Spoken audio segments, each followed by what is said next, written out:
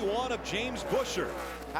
How impressive is that move Ty Dillon made? We're seeing Kyle Busch. He can't get his way around our leader, Buescher, but Dillon's not only driven around him, he's driven away from him. Kyle Busch is going to do it right here, though. James Buescher moves up the racetrack. Ooh! Very close. Down to the apron goes Kyle Busch. Then he shoots up the racetrack, almost gets into the 31. And here comes Hornaday for second, trying to take that spot away. How about that young driver, Ron Hornaday, trying to get by Kyle Busch here? Ooh, close. Wide into turn 4. That moves Kyle Busch all the way up the racetrack. He has to catch it before he gets to the wall. And Hornaday catches the wall. Caution's out, caution's out. Caution is going to come out.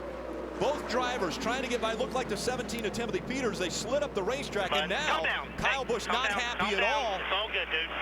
And Kyle Busch is going to turn the 33 into the wall. Our championship contender Hornaday in the wall. Well, Kyle Busch should be parked for this race and maybe the rest of the season for that. Holy cow, I can't believe he did Championship that. contender Ron Hornaday hard into the wall. Kyle Busch sends him in. You all right?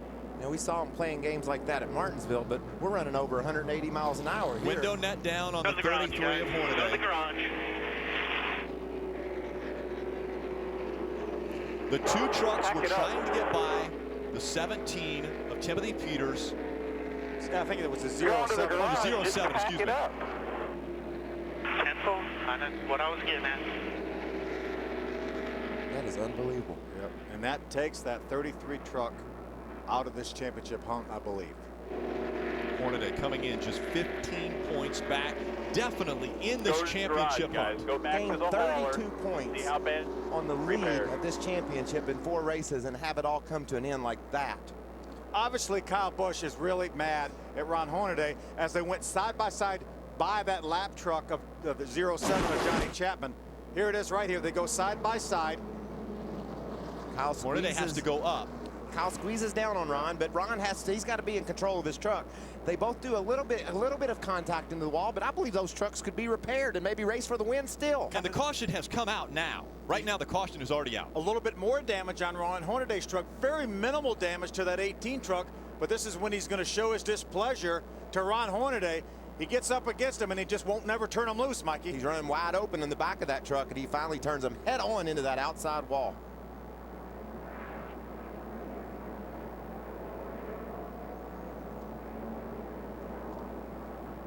I don't think NASCAR is going to, I think this goes beyond a little bit of have at it, boys. Oh, it's definitely way past that.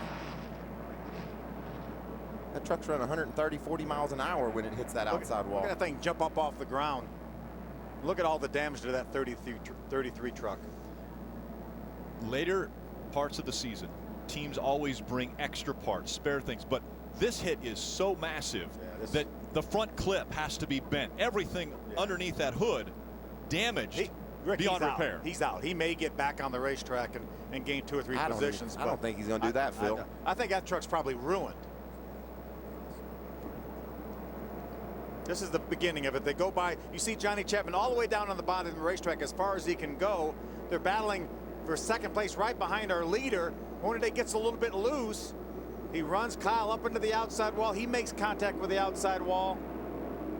And then they get down to the other end of the racetrack.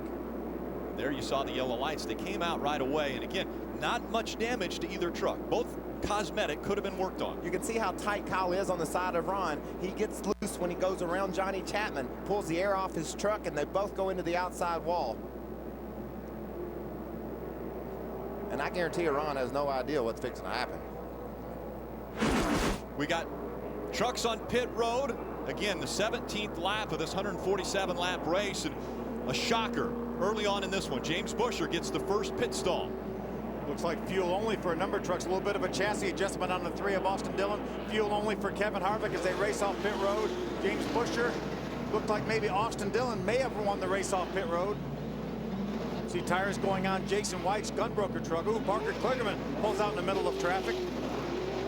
Interesting to see if Austin did get that lead. You talked about his truck was fading a little bit, Phil. He didn't have the truck he wanted early in the race. They made a chassis adjustment, and then if he could grab the lead off pit road, that's going to be huge for his championship hopes. Here comes Ty Dillon off of pit road. Again, Ty Dillon potentially, he had raced his way back to the front, so he was on the lead lap, didn't have to worry about getting the lucky dog. Now you see the 18.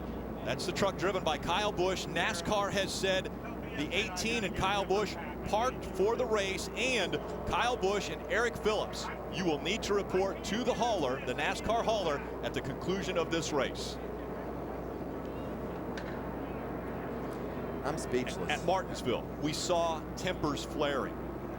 At a short track, you've got a little bumping and banging. We come to a big racetrack like Texas Motor Speedway, where we have seen speeds upwards of nothing we've seen all year long, the fastest racetrack we go to, and now we have Kyle Busch retaliating on the 33, upwards of 150 miles an hour. Saw Ron get loose right there, made some contact. Back This in is turn turns 1 3 and and 2, 4 here. and they send him into the wall. 3 and 4.